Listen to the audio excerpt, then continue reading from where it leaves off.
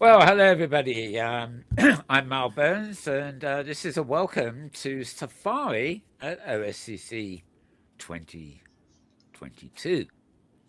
What is Safari, you might ask? Well, the Hypergrid Safari is a weekly meetup where we have a little clubhouse and everybody joins together, and we go and visit one or two places for a couple of hours every week. Sometimes it's art, sometimes it's science, sometimes it's a social gig, whatever. But we just get together as a community to go and look at everything.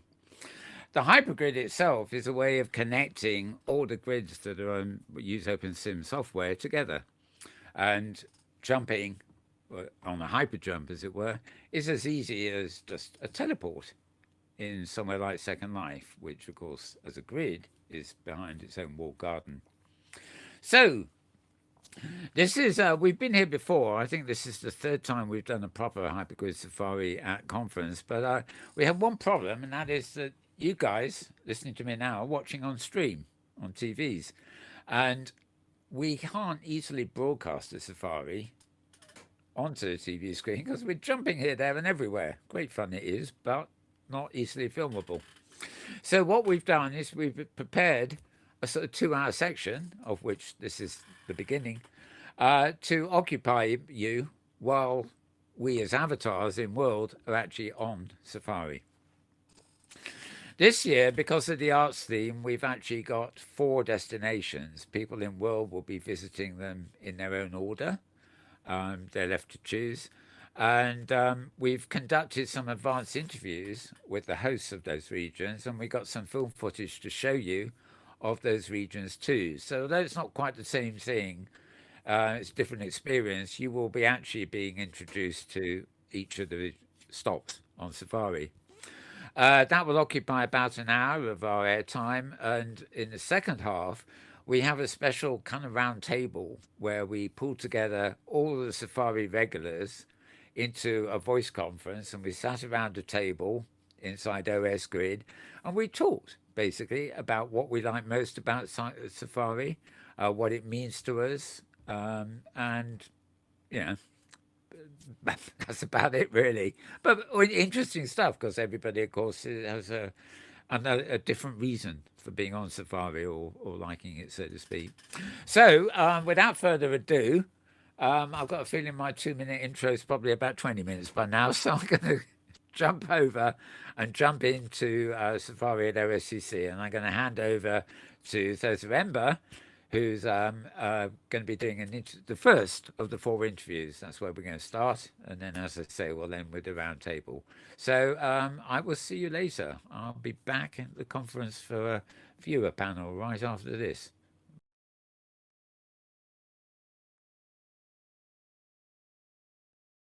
Hello, I'm Thirza Ember, and I'm here speaking to Karima Hoisan for the Opensim Community Conference Special Hypergrid Safari trip.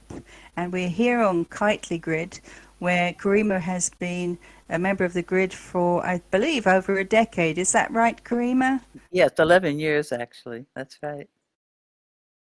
Wow, so how did you get started in making things for virtual worlds? Oh, thank you for coming, and thank you for doing this interview on AI Dreams and Art.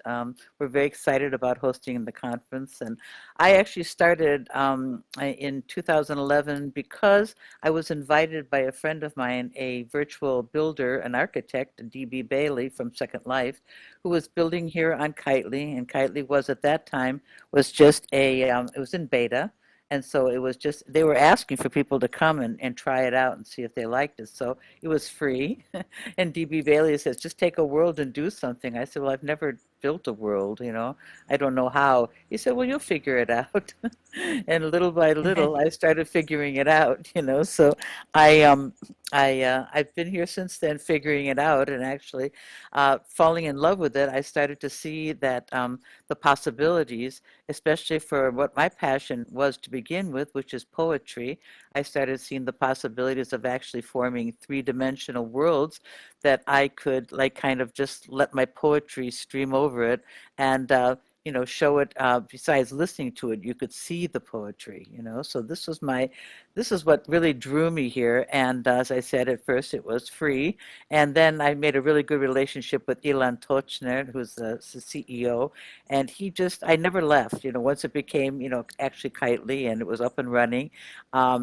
It was something that I stayed with until all these years. I'm still here, 11 years later, 21 years later. I've built 21 years, or 21 worlds, excuse me, over the last 11 years, and That's it's been an wonderful. amazing experience. Yeah, it really has. We started. I had a a really wonderful video partner who. Natasha Rand, who she's passed away since last year, but she and I made many films together, and we started building the sets on Kitely, on Opensim, because of the possibilities of doing that, the many prims, and also by this time, I'm talking about 2013, 14, 15, Opensim was ready to do that. We had, Yes, yeah, yes, we had even mesh, had everything we could use. There was really no difference, to be honest, and we that's had right. the advantages of having, a whole entire world of 100, thousand prims and things like that. So Now, Natasha we're filmed sitting right beautiful. here in AI Dreams, aren't we? The name of the region, this particular region that we're sitting in, and this has a special significance because you built this in tandem with your partner, didn't you, Dale Ernest? Tell us a Oh little yes. bit about this build that everybody's going to be visiting Oh during the yes. safari. Yes, of course. Well, yes, this build would not be here without Dale Lindis, because he started working with Midjourney, which is an AI art program. He started working in AI art programs like over in before the beginning of the year, actually in 2021, and he got very interested in it. And then, let's see, we're in November, at the end of the year already. He's been doing this for a long time, and he started showing me all of these amazing images that he was producing. And I was going, wait a second. I mean, this is, what are you going to do with these? And he said, oh, I don't know, just collect them. He has thousands and thousands of them. I said, wait. I think we need to show these to more people than just us. And, maybe we show them on Twitter or something. Let's build a world. I would love to curate, this art. And so we decided to divide it up into genres, and that's what you're seeing today. The collaboration between Dale's, art and his and my idea of bringing it all together in one world. Mhm. It's That's it. wonderful That's here. AI. And of course, for the Thank you. safari, people are only seeing a tiny little piece of what you've created here in Kitely. And even on this region, they won't be visiting the whole thing because it's a very shortened visit. So we encourage everybody to come back and see the other galleries that perhaps today they didn't get a chance to visit. Oh, very I love much. the way you've decorated. Each of the different galleries has its own style. It's Uh, very cleverly done. Thank you. Thank you. Well, we decided that if everybody's going to have about 15 minutes, and we're going to try to do an automatic tour to help them make it easy, we want to show them like the surreal gallery, and then go from the surreal gallery to the goth gallery. That'll give them two different, views of a few things that are on here. There's many, many more to see. So I hope people will come back, even I'm from the sure they conference.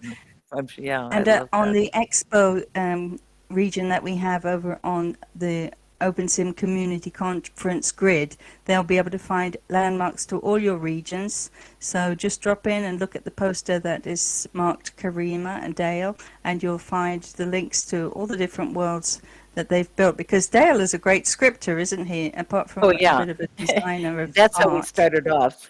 Yes, we started off. I had built 4 worlds on my own, and all of a sudden I was building a world, a water world, and I needed somebody to help script boats, and I don't have any scripting ability. I found Dale in Second Life and kind of dragged him to Kitely, and he never left. He's been here ever since. He has his own world also, and he loves it. And he's a wonderful scripter, and now also a builder. He doesn't talk much about that. He builds in prims, not in mesh, but he's a wonderful builder in prims, and of course, a really first class scripter. So this Wonderful. world is something very different, because he's the star. He's the star artist of this world. So it's Right. a wonderful experience for him and for me. to help Can I in ask their you one lives. last question before we Mhm. finish? I know this is a shorter interview because you're such an interesting lady. There'd be so much to talk about. But the hypergrid is really the focus of today's event. The idea of being able to jump from one world to another. Why do you think that's an important element in Opensim? Oh, I think it's just a marvelous element because before I kind of remembered, even though supposedly the hypergrid did exist since 2010, but not I didn't know about it, and we were all locked in our own little islands, and if we were like on grids, like I am on Kitely, we were all locked in our own little grids. We didn't have a chance to really see what everybody else was doing, and so this opened up what I call like virtual tourism. It opened up this possibility to not only see what people are doing, but collaborate with other people, go to their dances, go to their art exhibits, become part of it, you don't have to be on the same world, or the same grid in order to do things together. The hypergrid has opened up that possibility. I think it's just marvelous, That's really. wonderful. Thank you so much for taking the time today to talk Oh, to us. my I pleasure. know many people would be fascinated to come back and take that leap in the hypergrid and to get up there to see the other regions that you have here on Kitely. And it's been wonderful to be together with you today. Thank you. Thank you, Thirza. Hope to see you soon. Thank you. Bye-bye. Bye now.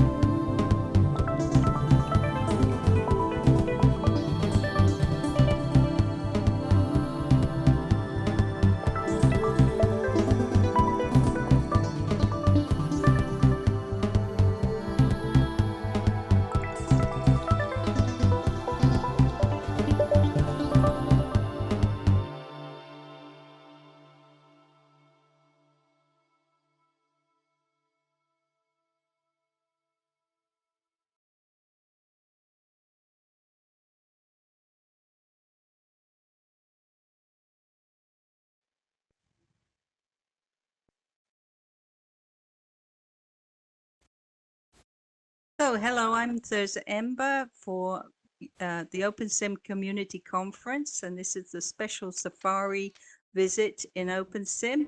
And I have with me here Nyx Breen, and we're on his sim, which is on a grid called Pangea. It's a German grid, but it's specifically interested in art. And my first question for you, Nyx, today is, how did you end up here in Opensim? Well, that's a long story, but I will say, first of all, welcome. Hello, everyone to Pangea. I started in virtual worlds back in 2005, 2006, as a lot of us did in Second Life. Found that there was an art community there that was developing through George Feifel, who just recently passed out of the University of Mass. Looking through the virtual looking glass, I was participating with that in the MIT sponsored art sims, and then the University of Western Australia, JJ and the gang all sitting out in the most isolated city in the world, Perth. They had a very large presence of virtual world, and I was involved in that for a while. And it just limited as to size and what you could truly do with virtual art in a Second Life type of platform, and I moved over into Opensims and discovered hypergridding, where you could go to different places. So I did that for several years. A few grids came and went, and I disappeared for 3 or 4 years, where I was off big time into my real life art. And then pandemic world came, and I revisited virtual world again, and it brought me back into Opensims. And AMV was the grid I landed on. I had known people there. They were open to arts, a lot more of the performance arts than the style of art I do, but there was a world for that. And from that into Open Sims Art Festival, and the folks from Pangea saw what I was doing and invited me over to create art on a scale that has not been done in any virtual world before. We're sitting on a 4x4 VAR, and it's dedicated to one thing only. This is all a complete immersive form of art. So if you could imagine That's looking at, go ahead. No, I was going to say it's a wonderful sim, and this is certainly not the only region you have. I think you have somewhere else here on Pangea, and obviously you have the big sims over on AMV. I'm curious to know what is the theme of this sim that the people are visiting today during the special safari trip? This is called Dreams of the Dead, is the name of this art piece, which is a 3D immersive artscape that you take in. You can walk around and fly through, and there's actually a ride you can sit on, and it'll take you through pieces of the artscape itself. It's something that you need to go in and experience. The music's set for a certain style, chill beats, and you turn your sky to midnight, and you just get lost inside what this is. So just imagine seeing it as a picture and then be able to go inside of the picture and have it be three-dimensional. So this is It's one. wonderful. So do you use a lot of particles in this build? How do you make the effects? There is 0 particles in this build. This is Wow.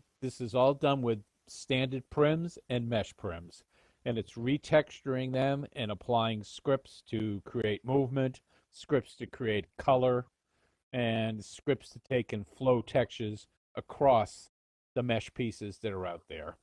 And it's me just designing them in such a way that they look good artistically, and they're far enough away from you, because there is a lot of movement stuff here, that you can be inside of it and not feel as if you're being pushed by the effects of the lights flashing or the colors changing or the revolving of prims. Yeah, I love it. And it has a sort of a Mardi Gras, Day of the Dead feel. Is that something to do with your culture? Is that a culture that you're very fond of? How did you come up with the idea? This was created right around the Day of the Dead holiday. I create quite fast. I would say this whole structure was probably built in a 5-hour period over maybe 2 days of me just looking and thinking how I want what I did. It goes up fast. So the holiday came, and I was thinking about the Day of the Dead, and the concept hit me of what do the dead really dream of when they've passed on. And so there is some of that in this build. The lights up above and the souls rising up. You can see that some buildings push upwards with their flow, some push down, and it's a little darker an area below, whereas up high it's more bright and inviting. Are all your sims based on sort of very quickly invented concepts? I believe over on AMV you have also many houses that you've designed as an architectural element as well as a more abstract element up in the sky. Right, there is definitely a demarcation between what my land is about and what the art piece is. The art pieces started over in the AMV 8FX grid where I just decided to put one or two up, and it ended up I've got 60 different ones across 8FX on a grid all by itself, and I'm in on a sim all by itself on AMV called Immersive. I'm over on Odyssey Mind and Mementos grid, and now in Pangea. So they're across the way. So I'd probably have about 65 of these things, where the last two over here in this sim are 4x4 size. These are just monstrous.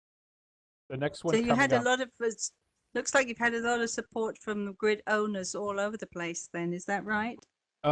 with making sure that the sim's working properly. If anything starts looking wrong, I can always rely on Cliff over in AMV to have a little IM. You know, you're running hot, look for some things, and I will. I'm a fanatic of recompiling all my scripts and shutting off anything that isn't working. You know, I Oh, just that's don't. brilliant. I just don't need it, as you discovered when you came over with the Hypergrid Safari tour after the place before was a little slower, and you came over and didn't have those issues. So yeah, I try That's to right. make it as easy as possible for individuals to come over here, and all they got to do is flick the sky to dark and go fly around or walk around, or use TP tours, or if I have a device you could sit on and it'll fly you around, use that. Brilliant. So would you recommend to people from Second Life, do you think that the hypergrid aspect of OpenSim is something that helps artists? Would you recommend it to somebody who's maybe spent all their time in Second Life? Come over here? Yes, I was a hardcore Second Life builder. I would consider the premier contest for arts and architectural building by the University of Western Australia. There was nothing bigger. It'd be 250 people submitting on this contest back in the day. Second Life, you're limited. One, by the cost. Two, by the limitations of how large and what you can do. I've made things here that no one has ever seen before in virtual worlds. It's totally different. It's art on mega scale that can take and push through the digital divide into real life art installations, which I have done, where I've filmed these things and digitally displayed them inside of art galleries in Boston, where I curate for my regular photographic shows, where we do street photography and Boston architectural and abstract and all different things. It works just as well. People see videos or machinimas of this and their jaws drop, like, what in the world is this? So yes, Second Life's limited. If you're shooting as a machinima artist, you can set up things that'll take and flow through every single thing you need on the step of developing your film. It's here on a larger scale, it's here on a cheaper scale. The biggest thing I hear from Second Life artists and performers, oh, it's so different. What's different? You just use your suitcase. All you got to do is learn. You got to learn the locations, and you got to refriend people that you know here, and get into the circle of individuals that were similar to what your circle of friends or circle of acquaintances or circle of performers or artists was in Second Life. There's enough of them throughout OpenSims that you can find who, what, when, and where, and you do the same things with your viewer. It's just that you can make it bigger, larger, and better here than you can in Second Life. That's wonderful. Thank you so much for explaining that to us, Nyx. Well, thank you. You're welcome.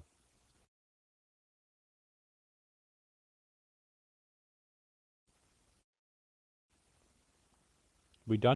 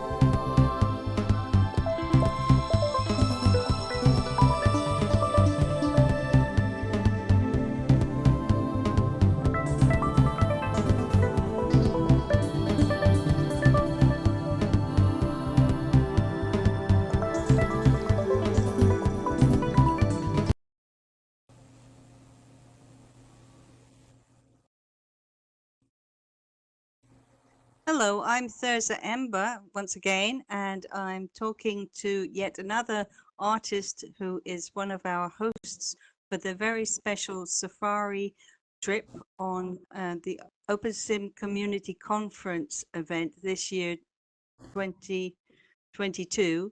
And this time we are on Craft Grid, and we are here with Tosha Tyran. Hello, Tosha. Hi.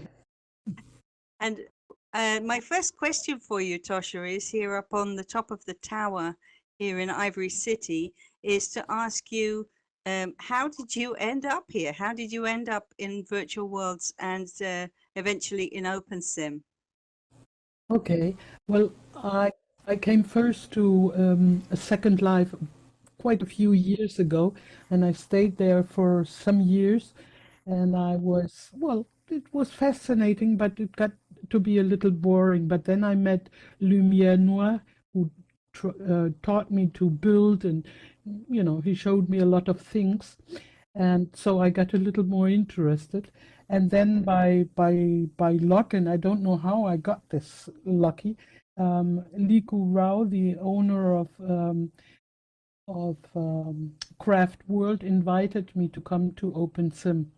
So I could convince Lumi to come with me, and we went, both of us, to Opensim, and we were practically the four persons that the first residents of Craft World was Liku and his friend Tao. I don't remember her last name right now, and Lumi and I. So the four of us were the first in Craft, and it was really exciting. And I found right in the beginning Opensim very, very exciting, because you could build so differently from what you could do in Second Life. First of all, that it was gratis and you did not have to pay for everything, which is a good thing. But also you could make things so much bigger and with so much more imagination than, at least that it felt to me, than in Second Life. So that's how I eventually ended up here in Craft. I changed around a little bit from time to time. I went to another sim and got residence there, but I always came back to Craft, and now I'm here for quite a few years, and I'm hooked to this place. It's in your heart. It's in my heart too. I love Craft Yes. Grid. It's one of my favorites all the time. I know that on Craft and also back on Sanctuary Grid, when that used to exist, you have built so many different builds. So interesting that I remember the Syrian build, and of course your Hopi village. It's a sort of a Native American village, and there's also the Taj Mahal. You've done so much over the years, but we're sitting in a very special place, and this build is called Ivory City. Is that correct? Can you Yes, tell that's us a right. bit about that? Sure. Well, Lumi is Lumière Noire. He was known in ivory in Second Life for his building the ivory tower, and I think thousands of avatars have learned to build there with prims. It was a one single building that was laid out so people could learn how to use, how to twist, and how to do things with prims. And that, and he was also called the Great Prim Torturer. Lumi was, and so he came here. He was a great teacher as well, and he loved teaching. So he came here with the idea already to make another thing like the ivory tower, but he started making one of wood, but that was too little for him and too small. So eventually, we got a great big sim or various sims that at that time you could not get those huge sims. And he laid out the Ivory City, and his idea was to make a whole big city so you could learn, or the avatars could learn here to build with prims. And I was from the beginning on working with him, and he built the big towers, and he made the layout, the basic layout, and I was doing the little huts all around. And then, unfortunately, Lumi died during the beginning of the work. And then I picked it up and I thought that I have to finish it or do it again. And I did that in Sanctuary, another world. Patron Sanctuary disappeared with it complete work, so I didn't have anything left of it. And I started then here in Craft again with it practically from scratch. The idea was Wow, still, I didn't know that. That's yeah, even more amazing, this build then. yeah, it Good was Lord. it was a really hard thing, but as you mentioned before, I built also the Taj Mahal, and I think that this Ivory City for me is like a Taj Mahal for Lumi. You know, it is Yes. in his memory and his plans and the layout I had and the lessons I had, and I changed the lessons a little bit and I modernized them a little bit and I translated them with help of some friends into different languages. But the basic idea is his. But all the towers and all the things that you can see here are made from scratch by his idea, but by my plans, so to speak, my work. That's beautiful. I have one more question for you. I know people are going to love coming to visit this place for their memories that they have from life back in Second Life. But of course, OpenSim has one thing that Second Life does not have, and that is the hypergrid element. And so my question to you, Tosha, is as an artist, but also as an OpenSim resident, how important do you think hypergridding is? Well, I think it is really important because excuse me, the the different worlds here in Hypergrid do have very often a very different perspective of doing the things. First of all, on some places you have different nationalities, basically, even though it's always mixed with others, but you have the feeling of different nationalities, and also the themes sometimes are very different, and the way the people work and treat another is quite different. So I think it's really wonderful to have such a great such a great base, and also in some are themed art and some are themed schools and education, and so it's really great to travel around and to find all the different ideas, and of course get ideas for your own work and your own things that you're doing there too. That's right. And it's no place like home, but it's lovely to get out and travel about and see what others are doing. So you have you have had a very long history here in craft, going back. It must be what 11 years or so. So you Yeah. can really speak from experience about hypergridding.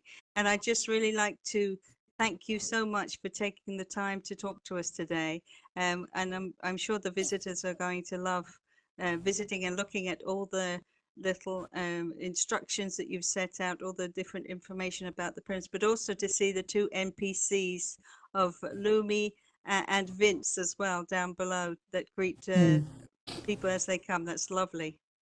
Yeah, well, you know, I normally work now with Blender, which means with Mesh, but my real heart belong to the Prims still. You know, they are.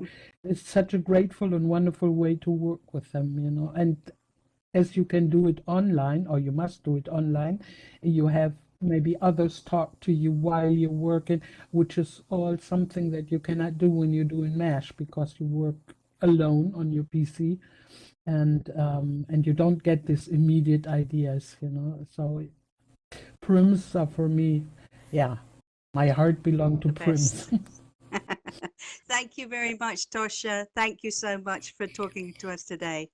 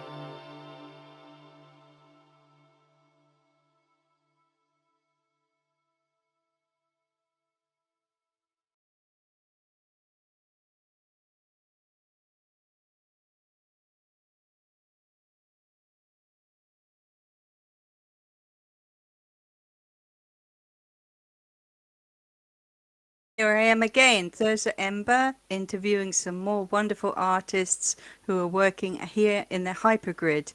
This time we're on OSgrid and we're here with Ellen Tiratzo and Ernest Moncreiff. Hello, guys. Hi there. Hi, Teresa. Good to see you. Good And morning, Ellen thanks has a for little problem with her voice, so as you can hear, she's not doing too good. But she's going to help us understand a little bit about the regions that they have here on OSgrid. And first of all, I'd just like to ask Ellen, how did you end up in virtual worlds?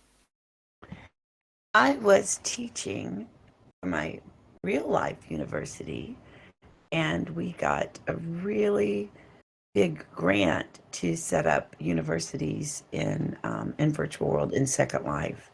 So I was one of the few people who was willing to try flying around a virtual world and being a professor.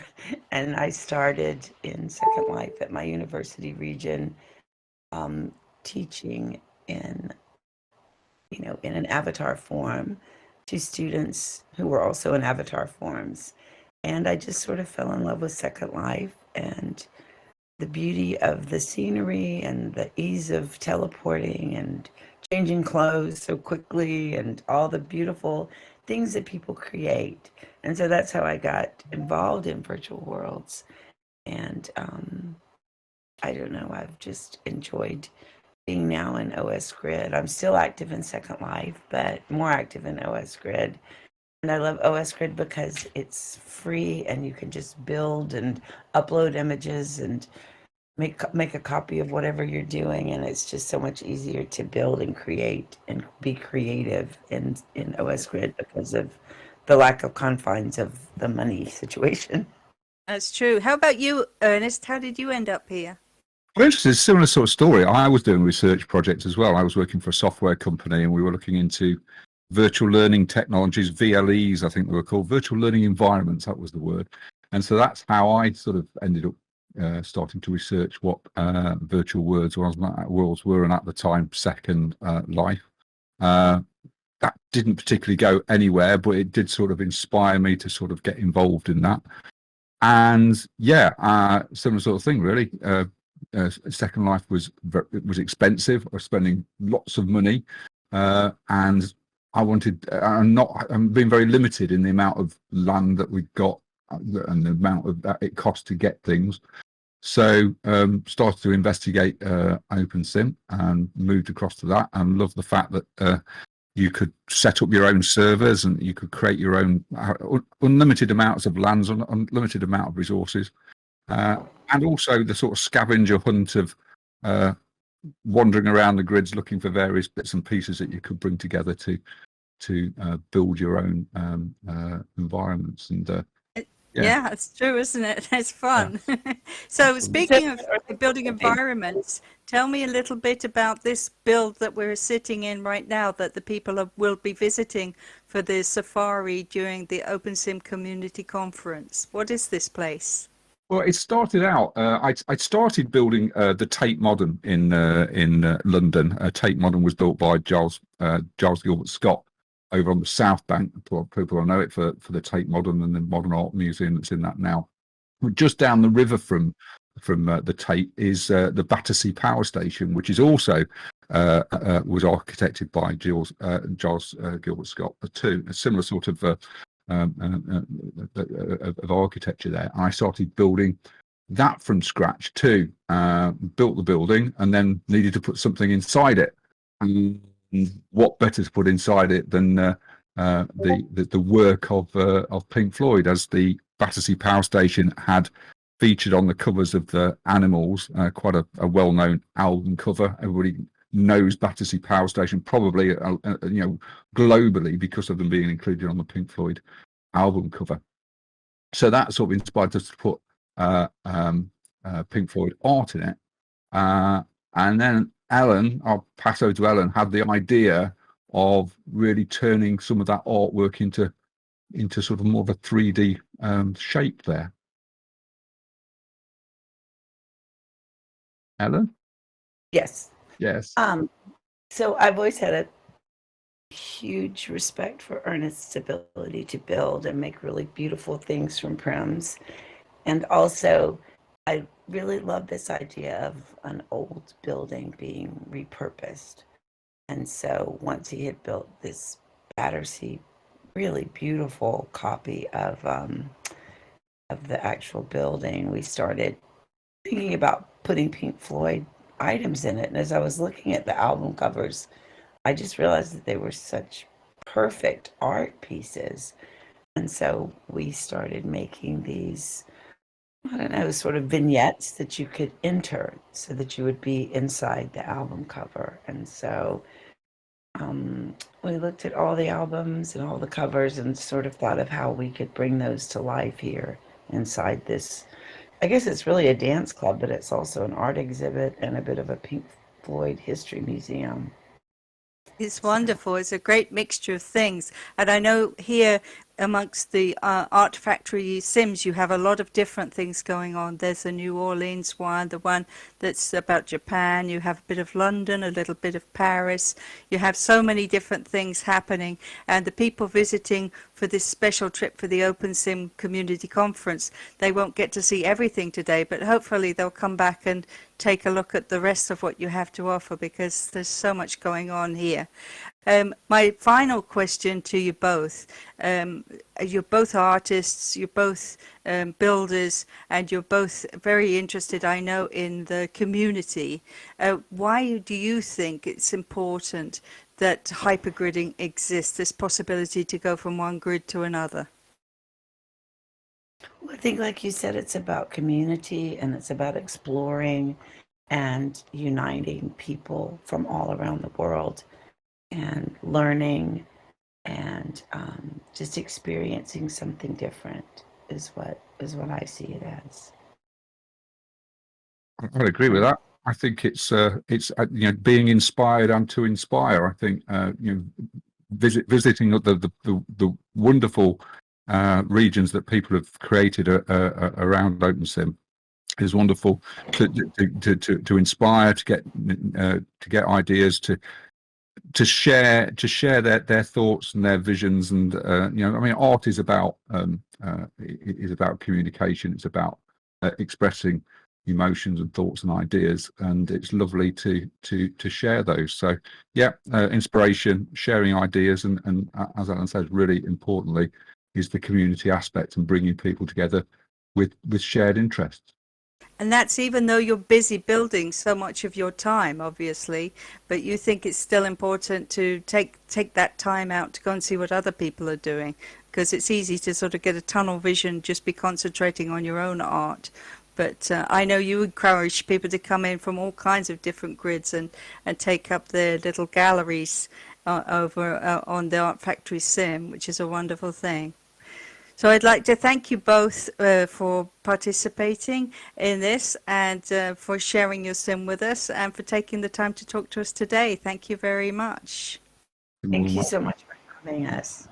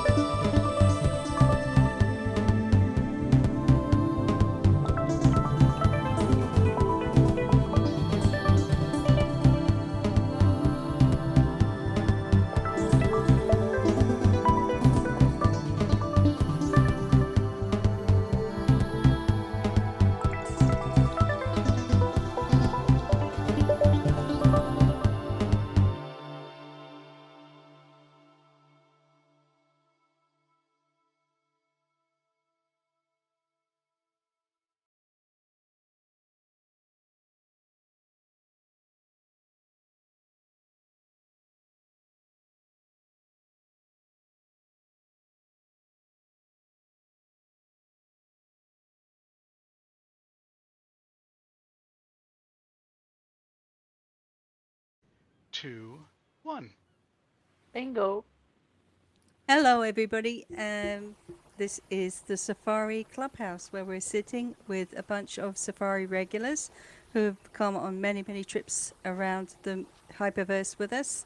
And we would like now to introduce also Mal Burns, who is here, who can tell us a little bit about what this event is going to be talking about today. Oh, what, you think I know? Not really. Yeah, well, it's like we have a little dinner party of sorts here of a few of our Safari regulars, and this felt we're recording this, and it's going out on the channel at the Opensim Community Conference, which is basically the more formal get together. No dinner parties there. We'll be doing a public safari for 2 hours at the conference, and basically we'll have 4 stops, and people will hang on into 4 stops for 20 minutes or so. And we have interviews with the hosts and some footage of the regions we're visiting. But we thought to make it sort of more acute, we'd have this little round table, as it were, of regulars from Safari, to give you guys at conference a better idea of what we like about it and what is happening here. Now, you've already just heard Thirza, who's the person who convenes the Safari, as it were, and has been doing so for however many years it is. How many is it, Thirza? It's a long time. We did it for 4 years, and then I took a break, and now we've done it for another year, so 5 years altogether. Right. And so, yeah, we just celebrated another year, and we broadcasted a connection with it each week as well on our In-World Reviews shows. So we recently had a roundup of seasons 1, 2, and 3 of this year, pending a new season coming up next year. But we have some separate interviews with the hosts of this safari, but I'll leave it to Thirza to tell us a bit more about that. But firstly, I'd just like to introduce the folks we've got here sitting around the non-existent table, so to speak. Firstly, a wonderful voice you're going to hear now from Cherry Mango. So welcome, Cherry. Right. Maybe now we're on air, she's not so keen. Bonsoir, Cherry. And we're joined. Dabishi is another of our members. Hi, Dabishi. I think everybody's got stage fright all of a sudden. Oh no! Hi, Kelso. Hello, Mal. Hi, Kelso. I'm here online and eager to participate. Wonderful. Okay, and hopefully we've got Nara here. Nara Nuke. Or Nara Yes. Malone, depending on. Yeah. Hi, Nara. I'm here. Hello, Mel. And we have Star Ravenhurst as well.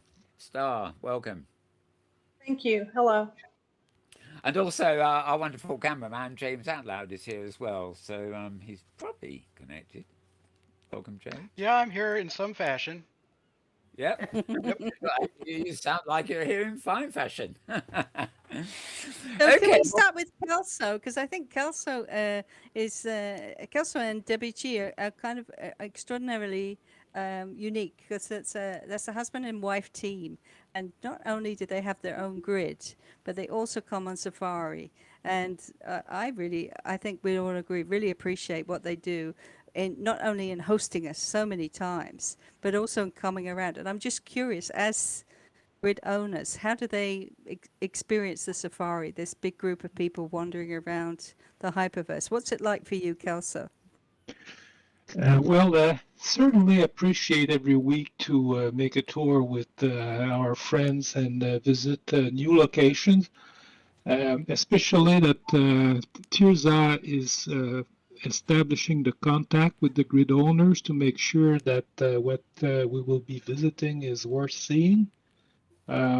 Sometimes there are little problems, as we all know about hypergridding problems, and servers that are not able to resist a sudden burst of visitors. Nevertheless, it's fantastic to see what all others are doing. Yeah, It's that's not true. Yeah, it's not that's true. easy to know to discover what's going on the hypergrid. Even a site like Opensim World, you know, if you want to do more than going to DJs and clubs, there's not much being announced on Opensim World. So I've discovered a great many sims with the Safari. That's cool. Now, how about you, Nara? Because you I again, you've had you have your own grid and you have a lot of projects going on. So why do you come on Safari? What's special about it for you? Safari is such a huge source of inspiration for me. And I know some of our biggest projects, like the Immersive Edge story that we did with people that we met on Safari. You know, great creators like Cherry Manga, like Fred, Praline, Anya, a whole host of people that we met on Safari. And I sent them an email and said, you want to do a project with us? And the result was fabulous. So, and it's still true today that when I'm out on safari, I meet great creators and get inspired to try new things. That's great. Also, Star has her own regions, and she's just moved house, haven't you, Star? You've moved to get another grid. Am I right? yes. Yeah, just a little over a month, however old I am today. So why do you come along to the safari? What's going on for you? Did you know about the safari when we came to visit you? Had you already heard about it when we first came to see New Hope Grid? Where was it? Yes, that's where we came, isn't it? Yeah, I knew about it. Kind of forgot about it though. I knew about it a few years ago. I saw something online about it, and I'm like, that sounds like a fun thing to do, but I never did it. And then when you came to visit New Hope, that was a reminder that, oh, yeah, these people exist. Well, I knew because we had been anticipating it as a grid for months. And then when you showed up, I don't know, it just sounded like a fun thing to do. So the very next week, I started going, and I've been going ever since. And one reason is partly because of the community. I've made some really great friends. Thank you for the people that have become, friends. But also the inspiration. I mean, I build and I create, and that's what I do. That's what I'm focused on all the time. But I think, like Nara, I believe, said, I get inspired by other creators. I go see what other people are doing, and Safari forces me to do that. I go. Otherwise, I stay stuck on the grid building. And so I decided if I made a commitment that I would go every week, that would get me off my own grid, other than going shopping for stuff that I think I need, and meet people. Get to meet other people and see what other people are doing out there. And then I come back to my home grid and I'm inspired, I'm rejuvenated, and then I build like crazy. I usually have about 5 projects going at once because I bounce all over the place. And but that's how I get things done, and that's how I work. Very good. Well, we'll come back to it in a while. I just want to interrupt here because we're now joined. Sorry that was so long. Yeah, it's 3-4. It's dinner table, as I said. But we've also been joined now by Wizardol's Chrome, muted at the moment, but welcome if you want to say hello, Wiz. And Ernest Moncreiff, who is live on voice at the moment. So welcome, Ernest. Hello, how are you all? Yep, we hear you fine. Okay. Yeah, we're still waiting for Lucy, and Wiz needs to unmute if she wants to be in the voice chat. But yes, okay, back to you, Thirza. No, I was just very thankful for all these people because I think Star hit the nail on the head there. But everybody here is a builder. Really, I'm just looking around this room. We've got the fabulous Cherry Manga. I mean, Oh, everybody and knows now her work. we now got, and All now big Lucy, names. now Lucy has joined us. Welcome, That's Lucy. great. And we have Ernest who does the art factory together with Ellen. We have Star who, as she was just saying, big builder. She's got this huge concept of her novel, her fantasy novel that she's doing. We have Nara who does so much with OpenGL and with all her projects about storybooks, which is so fabulous. And we have, of course, Kelso and WG who do so much with their Canadian grid, and we've been there so many times and seen it. And every single one of those projects it absorbs a lot of your time. And the idea that you take time out to go and see what other people do is fabulous. But can I ask you, what's the worst thing that's ever happened to you on Safari? I like to start with Nara here. Well, I think in the early days where everywhere we went, we showed up bald and footless. And so my solution to that was carry extra shoes and hair with me to add when I would get to a grid. And then I finally realized that actually what was happening was I would be wearing 3 sets of hair. You know, I looked like Cousin It or something. And that wouldn't show up in my viewer, but that's the way it looked to everybody else. So I thought I looked great. And yeah, no. That's really funny. I just would like to read out something that Cherry is not actually able to speak with us right now, but she just sent me a message, and if you don't mind, I'd just like to read it. She said, Safari is literally a glance on the world. Thirza knows how to find most interesting places that most wouldn't be able to visit without the Safari. It's a great way to meet others' creativity and mind, and it's a portal to diversity. I'm thankful that I discovered many gems. And then it's embarrassing to read it. She says, I love how Thirza manages to organize these events, always with a friendly and positive behavior. I name her Hypergrid Queen. Yay. It's just Yay, fabulous. yes, I'll go with that. Hey, bravo. Bravo. Agreed. Very good. But it is true. We do see many gems, don't we? And sometimes I've made a connection with the person and they've arranged to show us their grid. And when I get there, it just blows my mind, just like the rest of you, because I had no idea how fabulous it was going to be. So I'm right there with you, being amazed. I'm curious about Kelso and WG, if they've had any strange experiences, either with us coming to their region or when they've been out and about on safari. Has anything bad happened to you guys? Recently, do you hear me?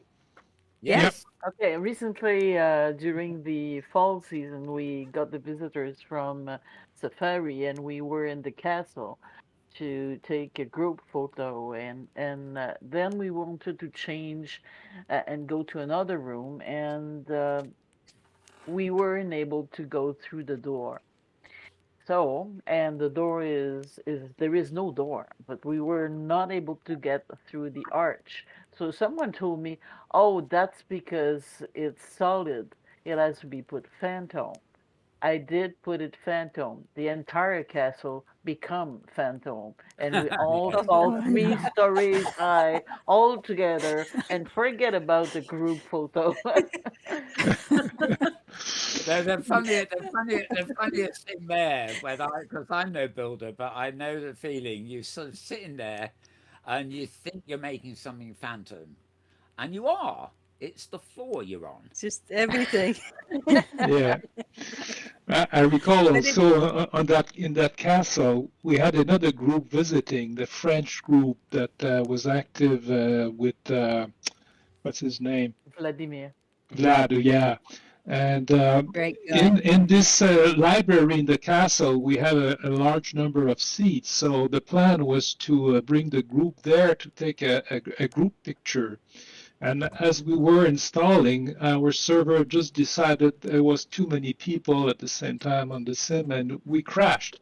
So we we had something like 15 or 20 people that all disappeared at once, and well, I it's think embarrassing. we have a malediction with this castle. Yeah.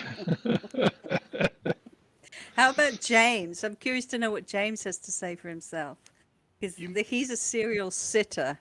Yeah, So wherever we go, the sitting is good. You know, my thing is if there's a sign that says "Don't go here," that's the first place I go. And I remember with the sauce region that we went to, where we got all those great fun attachments. The first thing I did was go through the tape that said "Don't enter here," and I went to the end. it's a very English build, that is. It assumes that you will not do anything that you shouldn't do. And so that makes it much harder. Ernie, you've had the experience of having us come to your region, and of course you've been on safari several times yourself. What's the difference between being a tourist and being the host?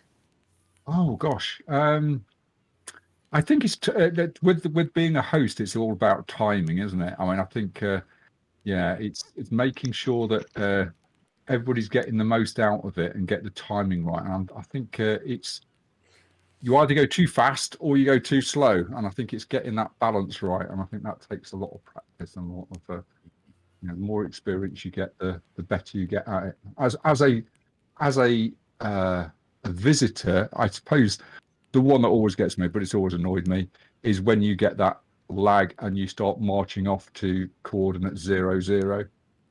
Yes.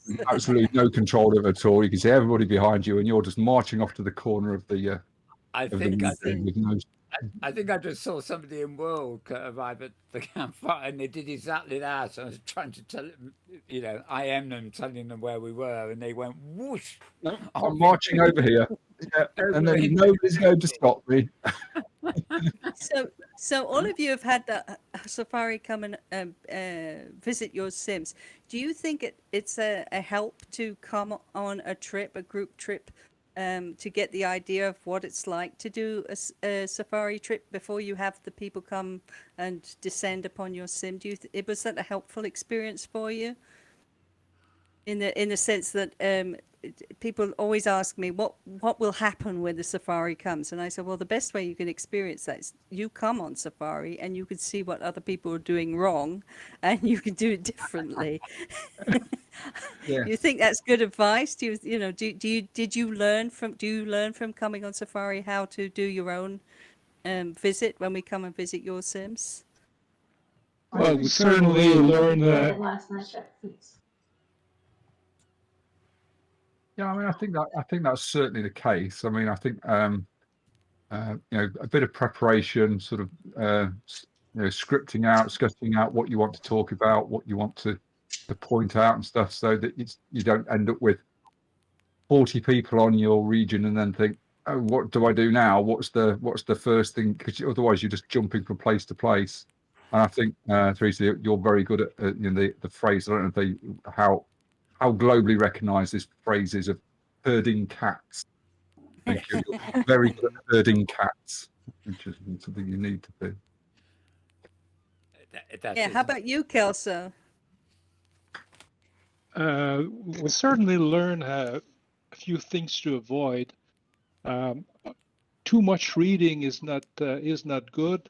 But certainly a certain amount of reading is good too. So we need to prepare what we want to say ahead of time, possibly in a note card that we dump in the short lines or short paragraphs in the chat so that people can read. But we have to be careful not to put too much, because then people just don't have time to read. Certainly, one thing that I appreciate when I go to places is when the owners of the region that we are visiting are showing us what they feel is important, what is worth to see on their sim, because just wandering around with the camera, as most people do from the landing point, you're missing most of the ambiance, the sounds. You know, what makes a virtual world interesting to visit. Find sad that most of our visitors just don't move. They stay at the landing point for a few minutes and then vanish. And Yeah, that's true. they probably don't even turn the sound on either. That can happen. Cherry has a comment. She says, a safari is a local test. She says, most time I see that what I thought was obvious, like the way to walk, for example, was totally weird for the visitors. But unfortunately, it never helps me to make things simpler.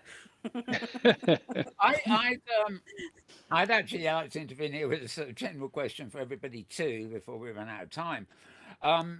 This little chat, as it were, is premiering at the OSCC convention, of course, and we do find that a lot of people who turn up every year for the OSCC, they do know about Opensim, otherwise they probably wouldn't even be able to get to the conference, but they're not actually that familiar with the hypergrid or indeed the act of hypergridding. So I'd like to know, as seasoned veterans, so to speak, here today, how have you got a message for the guys watching on stream at the moment to tell them not only the magic of hypergridding, but why it's so worthwhile to do it, rather than, as somebody just said, sit at the landing point. We need to encourage people to jump around and go and explore a lot more. So, any ideas, folks? Your own opinions. Start with Ernest, maybe. I think a good point was made there about coming from the landing point. I mean, for me, virtual walls are something. I like to be in a situation where I'm not tempted to fly. I can't fly in real life. When I go visiting an art gallery or I go visiting somewhere, I walk around it, and things reveal themselves as you walk around corners, as you see a vista. And if you're just coming around, then you lose that magic of being able to suddenly, come upon something. And I think you can be tempted to break the illusion by too easily sort of saying, okay, I'll just come around to see what's around the corner. Well, that sort of kills it a little bit for me. Yeah. So immersing yourself. Given that many people don't hypergrid, probably don't know even how to use their camera. I don't think they have any problem on yours. Yeah.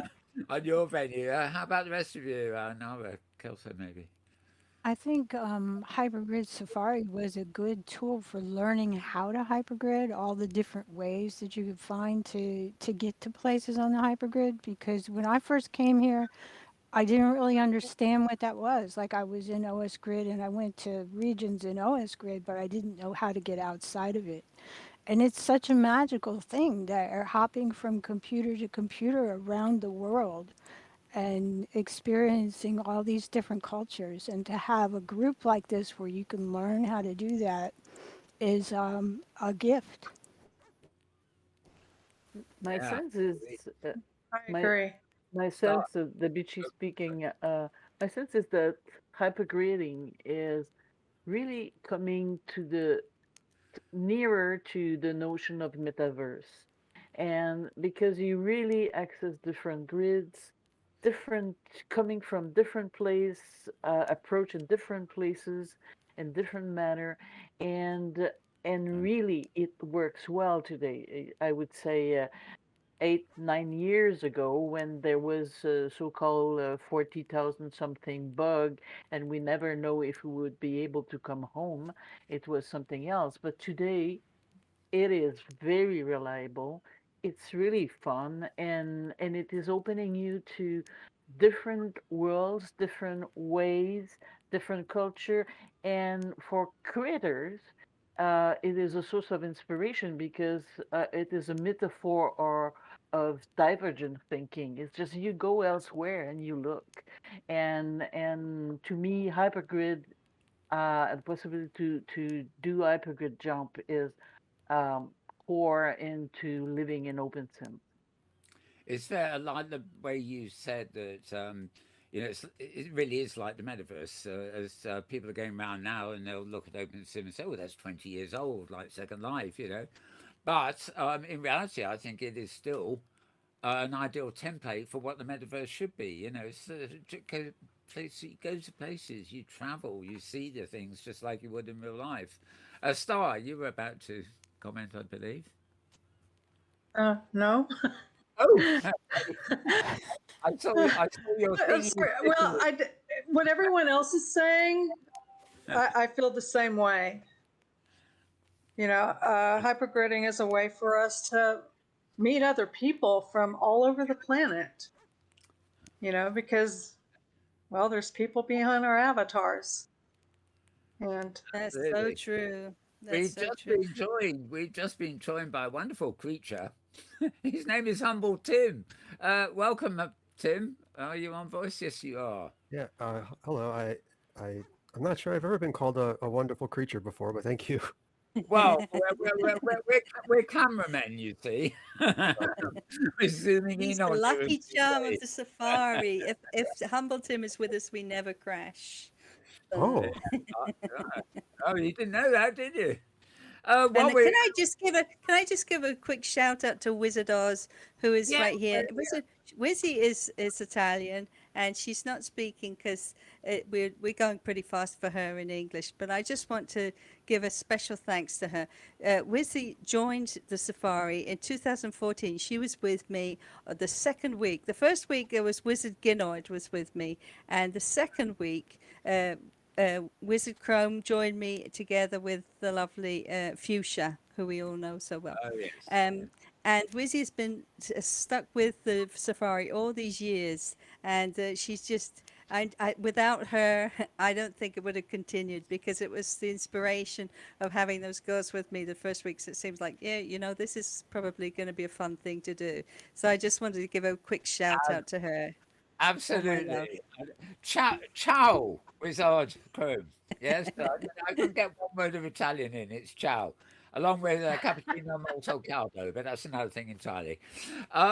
Yes, I rather hope that James on camera is actually coming in on Wiz, because I think really I tend to think of old comic books like Tank Girl and things like that from back in the day, and Wiz's avatar is just pure genius to me. It really is.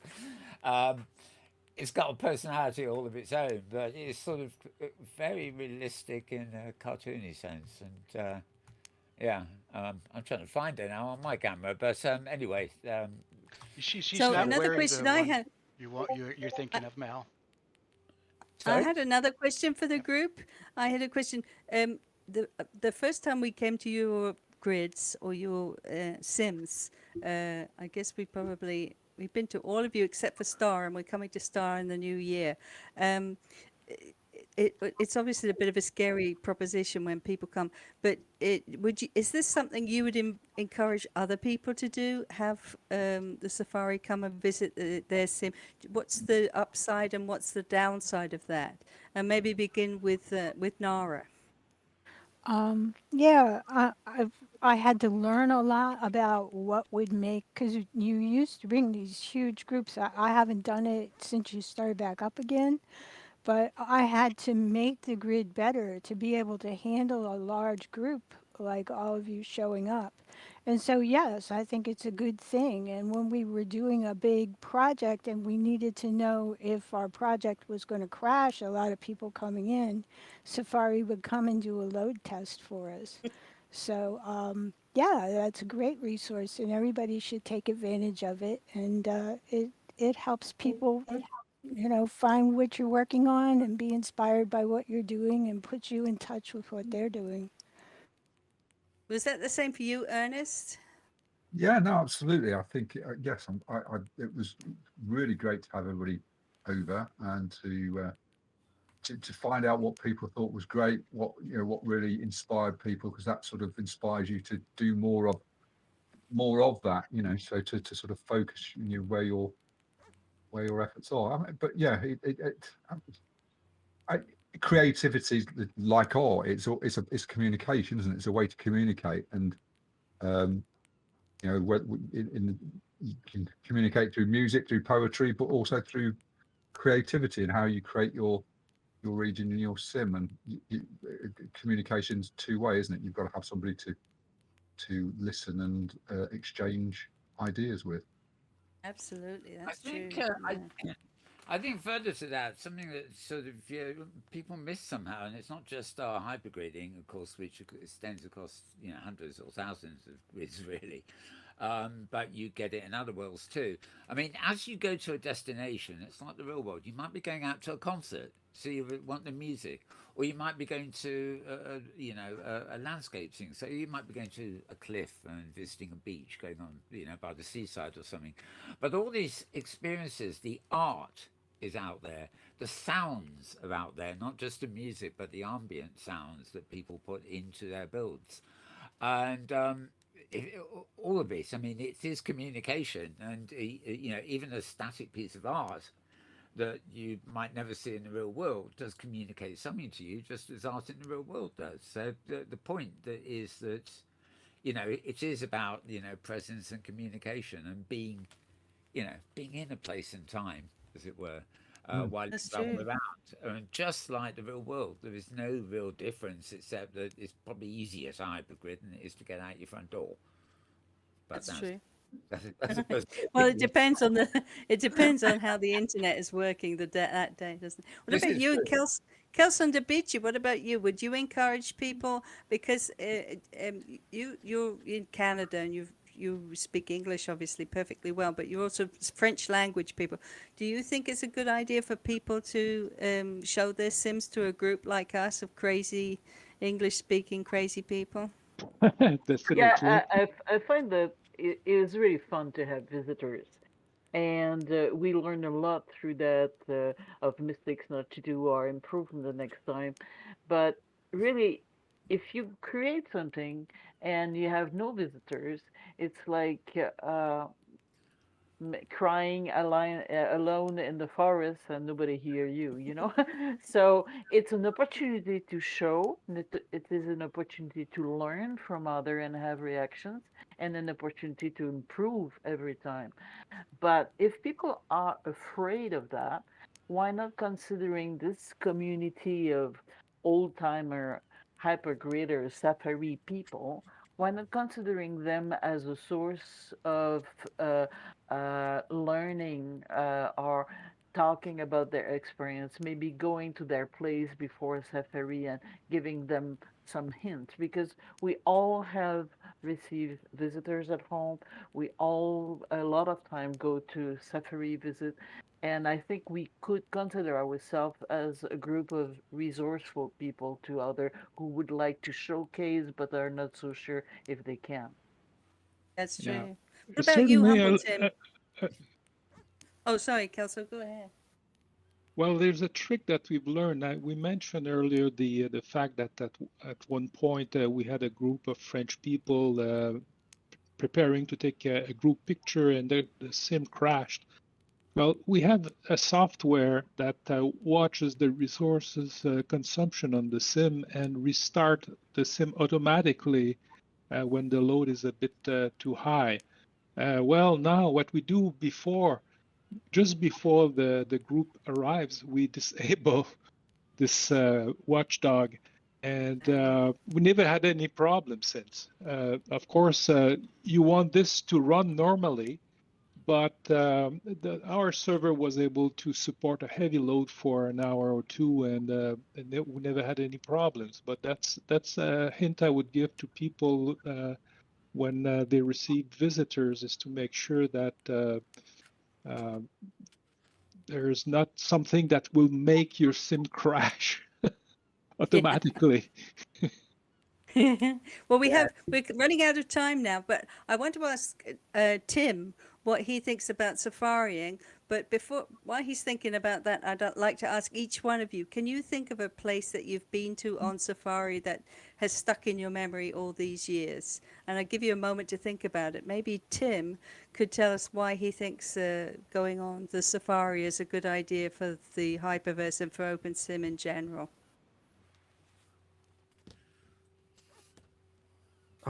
Sure. I'll be put on the spot. Let me think. I think that sometimes in the challenge of like virtual worlds and open metaverse, sometimes like the human to human connection kind of gets pushed to the side a bit. But on Safari, it's almost like celebrating that connection by way of storytelling and experiencing not just the results, but the human details around the results. And to me, that's truly intriguing. And one of my favorite experiences that I still go to it because I have a couple screenshots of the gecko avatar. Going not on just one vehicle, a banana boat of some sort, but then riding through the air on this dandelion seed, and then ending up. I've been on several safaris. I think this is the one I think where we ended up in the maple syrup presentation, and it was Yeah. so surreal and interesting, and I don't know anywhere else yet where you can find that. That's No, true. absolutely. So let's go around. What's your favorite place that you've been to? I love the way Templeton sort of emphasised, it's people, the people first and foremost come up front, with That's safari. true. So I've got one from Cherry Mag. She's going to be first to say which place that she likes. She said it's Mobius Grid, which is perfection concerning builds, scripts, and general atmosphere. And then she also likes N Grid, where Alpha has her shapeshifter build. And she says Alpha's incredible talent. And I have to agree with her. I really love that too. So anybody else like to say what their favorite place is? Maybe we can start with Star. What have you seen that you loved? All of them. No favourites here. Well, I don't want to hurt anyone's feelings. And I haven't been to that many. Every build, every grid brings something unique to the table, and I appreciate, I don't know, everybody's work. So I can't really How about pick you, one. Nara? Nara, anything stand out from you from the places that you've been? Yeah, I think a few years back we went to the Outworlds grid when they first opened up the Dragons region. Oh, It was yes. probably one of the evening ones, and it was that human connection and the beauty of the region that we were all on these flying dragons in the moonlight. And, to be surrounded by my friends and flying on dragons in the moonlight was just incredible. So that is the one that stands out most from everything that we've done. I have a message from Wizzy, and she says the safari was the best group and socializing experience in my entire existence in virtual worlds. She says, thanks to Safari, I visited in good company hundreds of places. I gave vent to my great passion for photos in virtual worlds and saw a sea of art and danced in almost all of them. So what about you, Ernest? You've been to a bunch of places. Any thoughts? Gosh. I mean, I like Nuna. I think that's a lovely. Oh, gosh, story. yeah. That's really nice.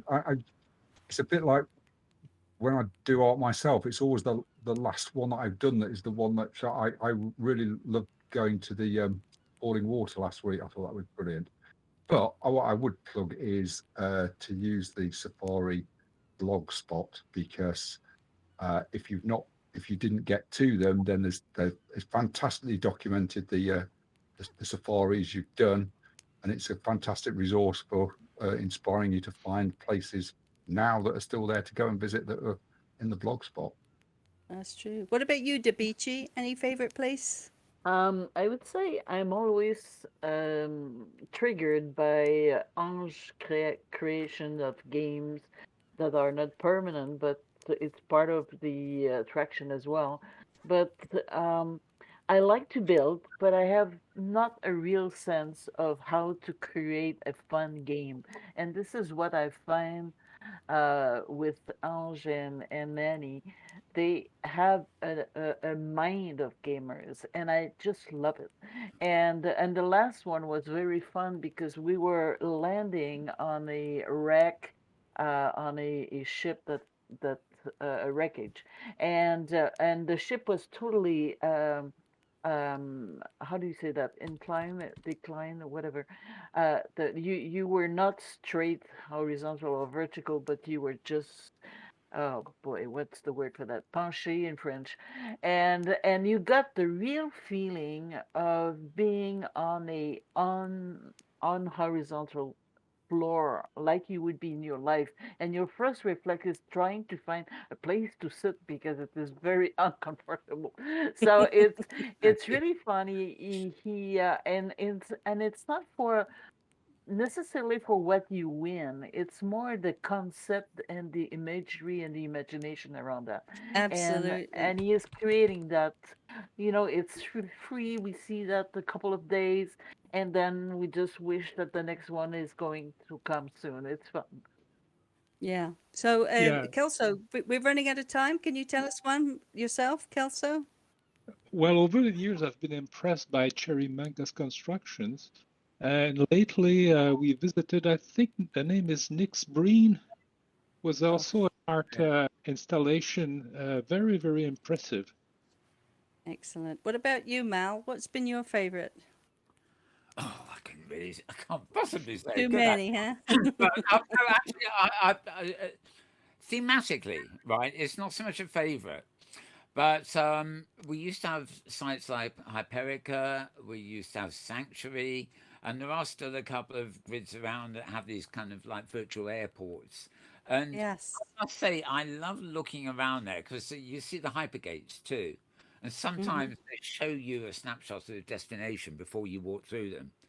And sitting or standing in a place like that, looking around, really gives you an impression of how vast the hypergrid True. actually is. All these places, and you yourself, Thirza, in various regions around, have got these mini gateways too. It's just to stand in front of a gateway that offers you all that opportunity and destination is wonderful. Beautiful. What Yeah. about you, James, very quickly? Yeah, one that stands in my mind forever, and was an early Safari tour, but Ignis Fatuus is probably Yes. one of my favorite Yeah. grids. And I remember a place we went to there was an archive of a builder who kind of invented this iteration of moving something slowly around a circle to create these swirling builds, and yeah, that would be my favorite. Well, thank you all so very much for being here, and I hope we've inspired people all over Opensim to open their minds to the idea of hypergridding and jumping and going to see other people's builds. It's been a joy to speak with you all. Thank you.